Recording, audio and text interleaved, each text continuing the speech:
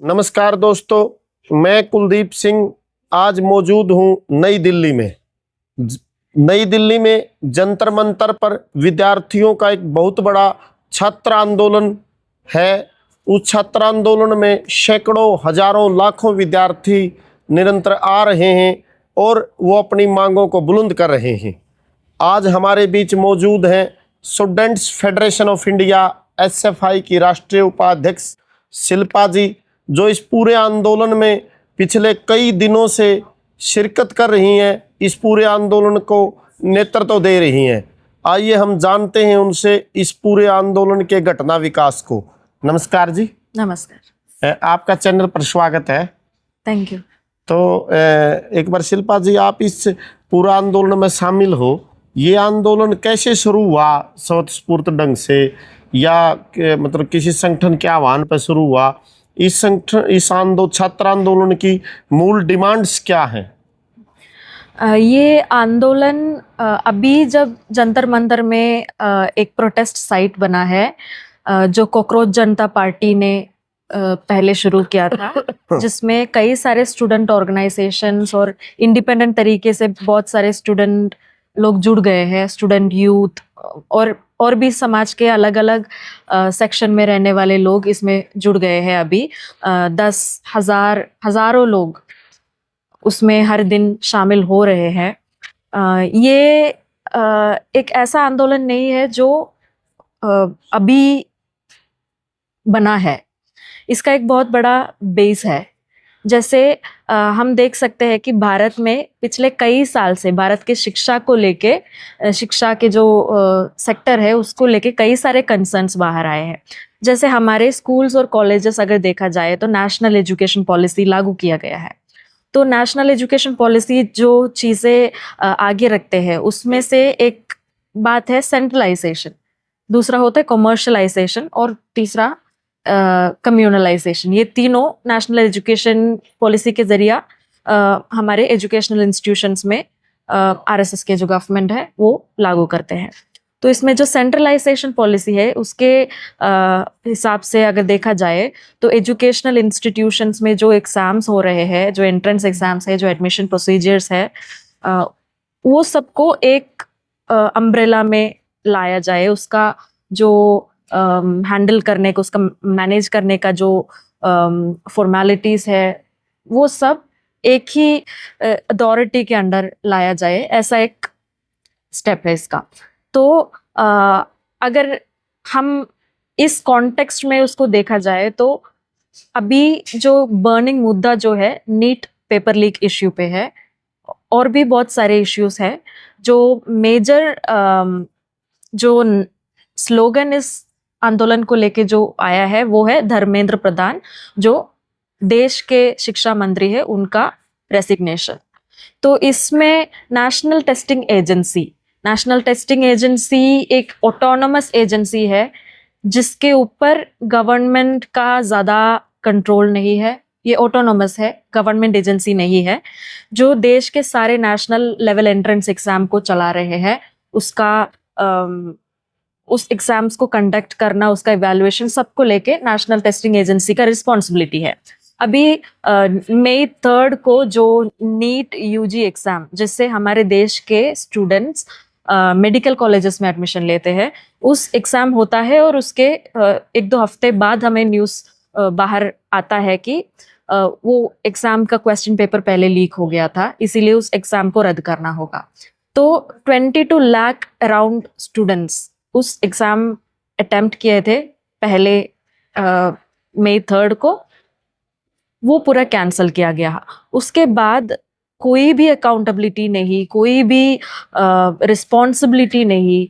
वो एग्ज़ाम को दूसरी बार कंडक्ट किया गया जून 21 को, जिसमें 1900 से ज़्यादा के अराउंड बच्चे, यानी कि 19 लाख के अराउंड बच्चे उसमें लिखा था। बाकी जो 2 लाख के अराउंड बच्चे लिखे नहीं है।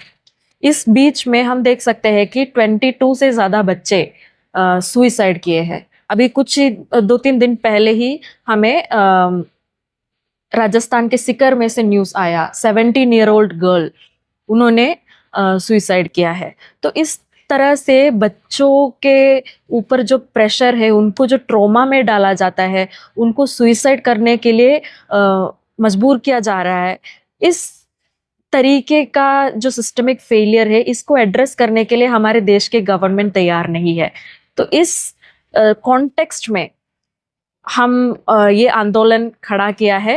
ऑल्दो ये कॉकरोच जनता पार्टी ने इसका एक लीडरशिप लिया था पहले, बाद में आके ये एक पॉपुलर मूवमेंट बन गया, जिसमें समाज के हर सेक्शन में से समाज में जो स्पेशली जो लेफ्टिस्ट स्टूडेंट ऑर्गेनाइजेशंस है, मास ऑर्गेनाइजेशंस है, ये सारे लोग जुड़ गए हैं।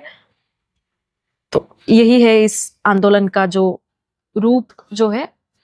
आपका ने बड़े साधारण शब्दों में पूरा समझाया, जो पृष्ठभूमि इस आंदोलन की है, मूल कारक आपने समझाए। तो थोड़ा और ये और जानना चाहते हैं कि जैसे आप एसएफआई शुरू से इस आंदोलन में शामिल है, नेतृत्व दे रहे हैं, तो जो दमन है वो भी बड़ा भयानक और खतरनाक प्रकार का दमन किया है आदरणीय श्री नरेंद्र मोदी जी की सरकार ने, अमित शाह देश के गृह मंत्री जी की पुलिस ने, और किस प्रकार का आपको प्रताड़ित किया गया, आपको टॉर्चर किया गया, आप पे दमन किया गया एसएफआई पे, थोड़ा उसके बारे में भी बताया। या दूसरे विद्यार्थियों पर भी जिस ढंग का दमन है सत्ता का, उसके बारे में थोड़ा बताएं। तो ये जब इश्यू हुआ था पेपर लीक का, तो सबसे पहले एमएचआरडी की तरफ जो ऑर्गेनाइजेशन मार्च लेके निकले थे वो एसएफआई है। उस मार्च को काफ़ी जो नेशनल लेवल मीडिया है उन्होंने भी कवर किया है। उसके बाद हमने सारे पूरे देश में अलग अलग स्टेट्स के अंदर कई सारे प्रोटेस्ट रैलीज और अलग अलग क्रिएटिव तरीके से भी प्रोटेस्ट हमने किए हैं। मोर देन 700 सेंटर्स में हमारे प्रोटेस्ट हुए हैं और मोर देन 600 स्टूडेंट्स एसएफआई के प्रोटेस्ट में भाग लेके अलग अलग स्टेट्स के अंदर डिटेन भी हुए हैं। तो इस तरीके से जहाँ पे भी प्रोटेस्ट हो रहा है वहाँ पे कुछ ना कुछ तरीके का एग्रेशन होता रहता है। इट्स नॉट अबाउट जहाँ पे बीजेपी का गवर्नमेंट है, जहाँ पे उनका डबल इंजन सरकार है, सिर्फ वही स्टेट्स में नहीं है, जहाँ पे कांग्रेस का भी गवर्नमेंट है, जहाँ पे अलग पार्टीज का भी गवर्नमेंट है, हर जगह यही होता है। तो एक तरीके से अगर देखा जाए तो जो स्टूडेंट का मूवमेंट आगे आ रहा है, जो भी गवर्नमेंट है वो उससे थ्रेटन हो रहा है। तो उस तरीके का एक दमन स्टेट्स के अंदर हो रहा है। उसी के साथ साथ कल अगर देखा जाए तो एसएफआई के 40 के आसपास हमारे साथी इंजर्ड हो गए बहुत बुरे तरीके से। उसके साथ साथ 4 हमारे जो फीमेल कॉमरेड्स है वो डिटेन हो गए थे, इंक्लूडिंग जेएनयू के यूनियन के वाइस प्रेसिडेंट कॉमरेड गोपिका। तो उनके साथ जो हो रहा है वो बहुत ही खतरनाक है, जैसे आपने बोला खतरनाक तरीके से हुआ है। महिला जो प्रोटेस्टर्स है उनके ऊपर असॉल्ट हो रहा है। उनको असॉल्ट करने के लिए स्पेसिफिकली जो मर्द पुलिस वहाँ पे है, जो वर्दी में है, जो वर्दी में नहीं है, जो खुद बोलते हैं कि वो पुलिस है, दिल्ली पुलिस का हेलमेट लगा के आए हैं, जिनके ऊपर नेम का वो बैड्ज नहीं है, जो यूनिफॉर्म में नहीं है, बिल्कुल चप्पल पहन के आए हैं, जिनके हाथ में डंडे हैं, वो आके महिलाओं को मार रहे, पीट रहे हैं, उनके साथ बदतमीजी कर रहे हैं। बहुत सारे वीडियोस ऐसे सोशल मीडिया में वायरल हुए हैं जिसमें महिलाओं के साथ बिल्कुल उनके ऊपर सेक्सुअल हरासमेंट हुए हैं। तो इस तरीके का मतलब कुछ भी करके उस ऑर्गेनाइजेशनल ऑर्गेनाइज जो स्टूडेंट मूवमेंट चल रहा है उसका स्पिरिट तोड़ने का एक प्रयास कल देखा गया था और उसको बहुत जोश के साथ स्टूडेंट और यूथ उसको उसके खिलाफ रिस्पॉन्ड किया है। कल जो अटेम्प्ट हुआ है वहाँ पे टीयर गैस चल रहे थे लोगों के ऊपर।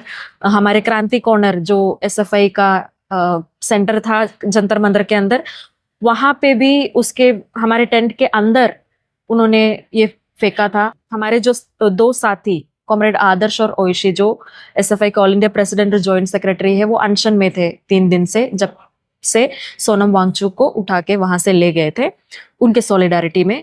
तो वो पीसफुल प्रोटेस्ट को भी डिस्ट्रक्ट करते हुए उसके अंदर टीयर गैस फेंक रहे, इनोसेंट लोगों के ऊपर, बच्चों के, इन्फेंट, मतलब 1 साल भी नहीं हुए हैं ऐसे बच्चों के साथ भी टीयर गैसिंग हुआ है। तो इस तरीके का बिल्कुल भी इनह्यूमन मेथड इस्तेमाल करके स्टूडेंट्स के ऊपर, जो लोग वहां पे आए हैं सॉलिडारिटी में, उनके ऊपर अटैक हुए हैं।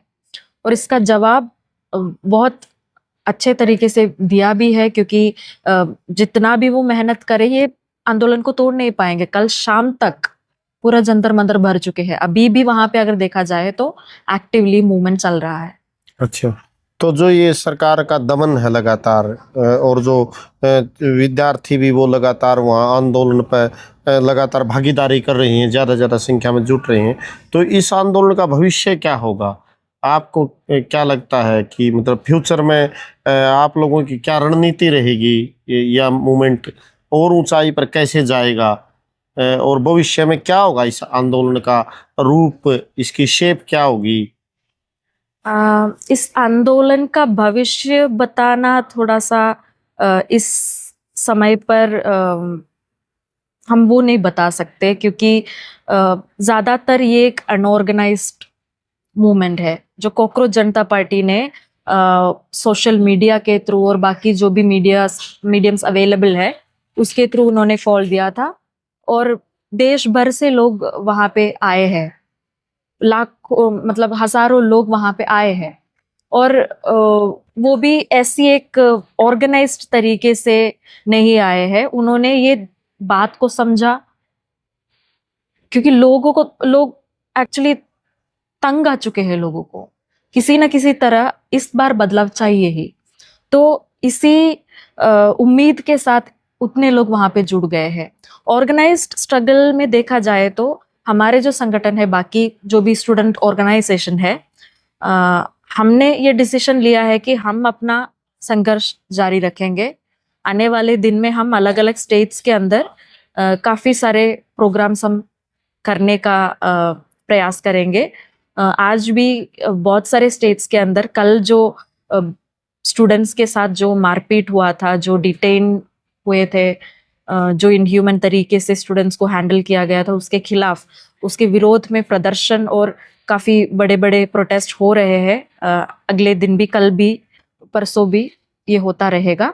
जंतर मंतर में भी और दिल्ली में भी हमारा काफ़ी प्रोटेस्ट होगा।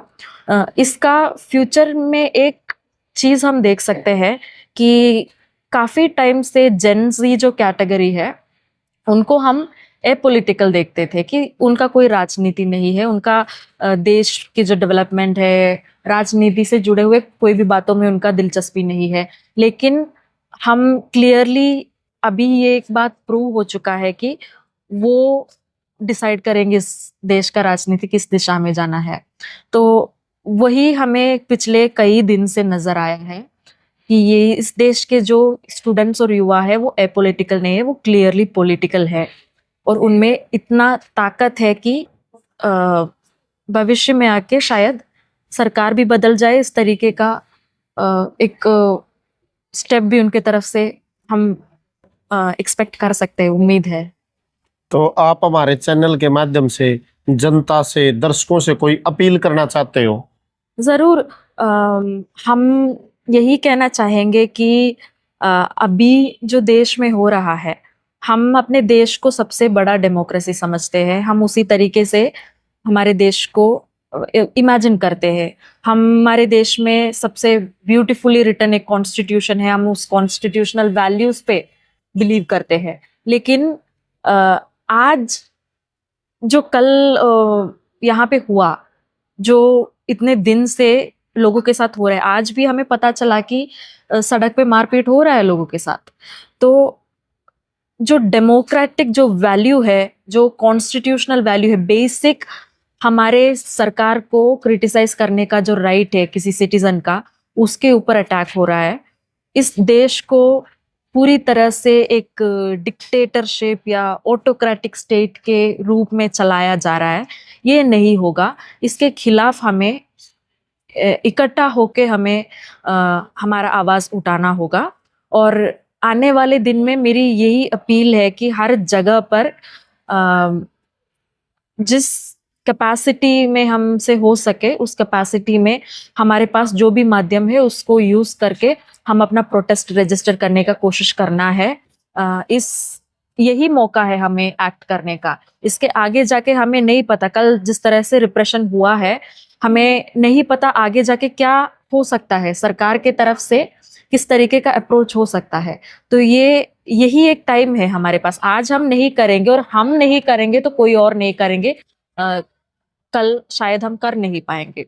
तो दिस इज द टाइम, इसी वक्त पे हमें एक्ट अप करना होगा और एक बड़ा सा मूवमेंट इस देश में खड़ा करना होगा। इस तरीके का सरकार हमें नहीं चाहिए। धर्मेंद्र प्रधान जैसे शिक्षा मंत्री नहीं चाहिए, अमित शाह जैसे होम मिनिस्टर नहीं चाहिए, नरेंद्र मोदी जैसे प्राइम मिनिस्टर नहीं चाहिए, और ये जो आरएसएस संघ परिवार का जो एनडीए सरकार है इनके जैसे एक सरकार भी नहीं चाहिए। हमें खुद सोच के, हमें डिसाइड करके हमें इसके ऊपर एक्ट करना होगा और इसका एक ही तरीका है संघर्ष, और उस संघर्ष में आप सब जुड़ जाइए। बस यही मेरी अपील है। Thank you.